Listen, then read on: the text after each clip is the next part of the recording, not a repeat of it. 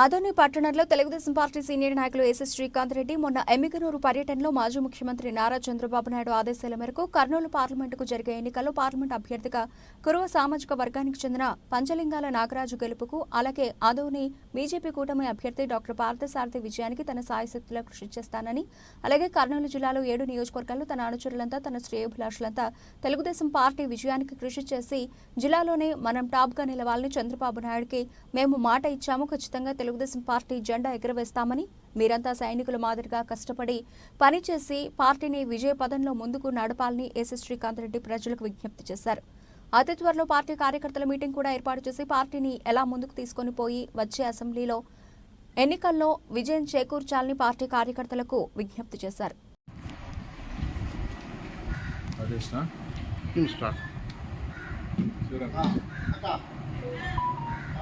అందరికీ నమస్కారం. ఆదోని పట్టణ ప్రజలకు మరియు గ్రామీణ ప్రజలకు ఈరోజు తెలుగుదేశం పార్టీ నుంచి నేను టికెట్ ఆశించడం జరిగింది. మరి అందులో భాగంగా ఈరోజు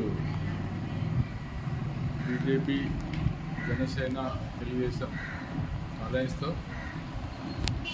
మాకు సీటు దక్కకపోవడం బాధాకరమైన, ఏదైనా కూడా పార్టీ విధానాలకు కట్టుబడి, పార్టీ నిర్ణయం మేరకు కట్టుబడి, చంద్రబాబు నాయుడు ఆదేశాల మేరకు ఇక్కడ నిర్ణయించిన అభ్యర్థిని డాక్టర్ పార్థసారథి గారిని గెలిపించడానికి మేమంతా కూడా కృషి చేస్తున్నాం. అలాగే కర్నూలు పార్లమెంటరీ అభ్యర్థి అయిన కురువ సామాజిక వర్గం పంచలింగాల నాగరాజుని నియమించడం జరిగింది. మరి ఈరోజు కర్నూలు జిల్లా వచ్చినప్పటి నుంచి కూడా బడుగు బలహీన వర్గాలకి చెందిన నేతని ఇప్పటివరకు కూడా కురువ సామాజిక వర్గానికి వ్యక్తిని ఎంపీగా అభ్యర్థిగా నిలబెట్టడం తెలుగుదేశం పార్టీకి నిజంగా గర్వకారణం. ఆర్థిక సామాజిక రుగ్మతలు తొలగించి అందరికీ సమాన అవకాశాలు రావాలన్నదే తెలుగుదేశం పార్టీ ఆశయం. కాబట్టి అందులో భాగంగా ఈరోజు నాగరాజు గారిని నియమించడం జరిగింది.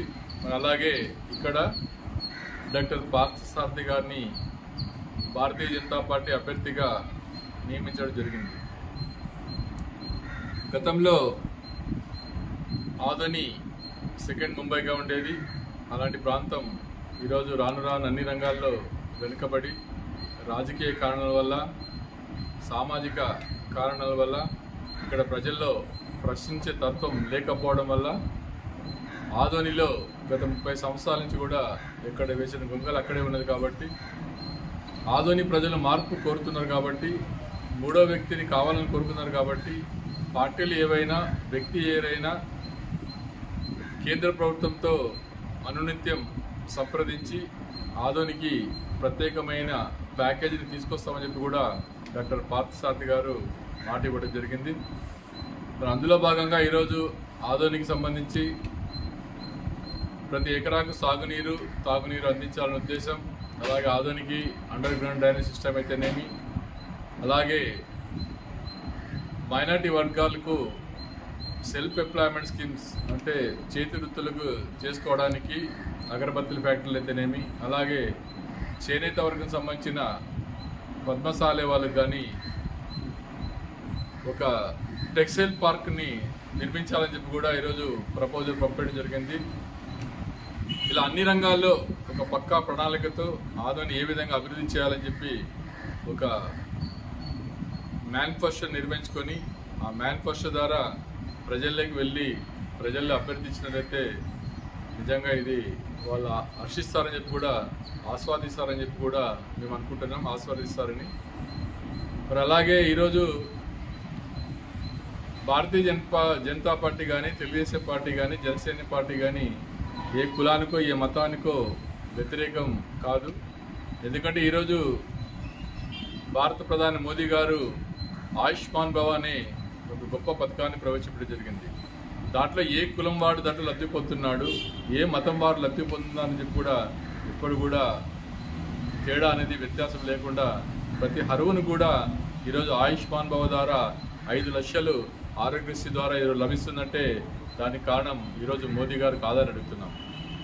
మరి అలాగే ప్రధాన్ మంత్రి ఆవాస్ యోజన కింద